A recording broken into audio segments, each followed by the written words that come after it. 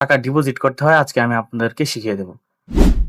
1xBet account খোলার জন্য প্রথমে আপনাকে যেকোনো ব্রাউজার থেকে 1xBet অ্যাপটি ডাউনলোড করে নিতে হবে। অ্যাপসটি ডাউনলোড করে ইনস্টল করা হয়ে গেলে অ্যাপসটিতে প্রবেশ করার পর আপনারা দেখতে পাবেন উপর দিকে লগইন এবং রেজিস্ট্রেশন নামে দুটি অপশন। রেজিস্ট্রেশন বাটনে ক্লিক করতে হবে। এরপর একটি ইন্টারফেস আসবে, এখানে ইন ওয়ান ক্লিকে ক্লিক করবেন।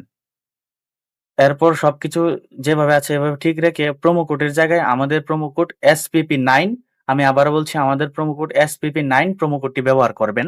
আমাদের প্রোমো কোড ব্যবহার করে আপনি প্রথম ডিপোজিটে 25 থেকে 30,000 টাকা ক্যাশব্যাক পেতে পারেন এবং আরো অনেক সুবিধা থাকছে।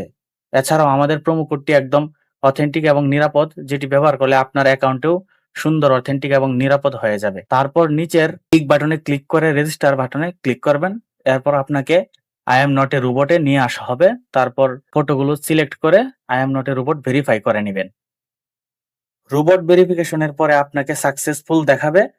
এইখানে আপনার আইডি এবং পাসওয়ার্ড দেয়া থাকবে, এইগুলার একটি স্ক্রিনশট নিয়ে নেবেন পরবর্তীতে আপনি যে কোনো ডিভাইসে ব্যবহার করার জন্য, অথবা আপনি এগুলাকে একটি খাতায় নোট করে নেবেন। এবার হচ্ছে অ্যাকাউন্টটি ভেরিফাই করার পালা। ভেরিফাই করার জন্য নিচের দিকের ডান দিকে মেনু অপশনে ক্লিক করবেন। তারপর আপনি আপনার আইডি এবং আইডি নাম্বার দেখতে পাবেন, এইখানে ক্লিক করবেন। এইখানে ক্লিক করার পর এখানে লেখা আসবে এন্টার ডিটেইলস। এন্টার ডিটেইলে ক্লিক করবেন। এখন আপনার সার নেম, লাস্ট নেম এইগুলা দিবেন, ডেট অফ বার্থ দিবেন, প্লেস অফ বার্থ দিবেন, তারপর রিজিয়ন দিবেন। এইগুলা দিয়ে নিচে আইডি ডকুমেন্ট থাকবে, ওইখানে আপনি আপনার ন্যাশনাল আইডি কার্ডের তথ্যগুলা দিবেন এবং ইস্যু বাই গভর্নমেন্ট দিয়ে দিবেন।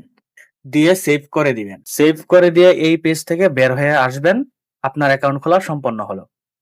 এইবার টাকা ডিপোজিট করার জন্য উপরের দিকে ডান দিকে ডিপোজিট অপশনে ক্লিক করবেন।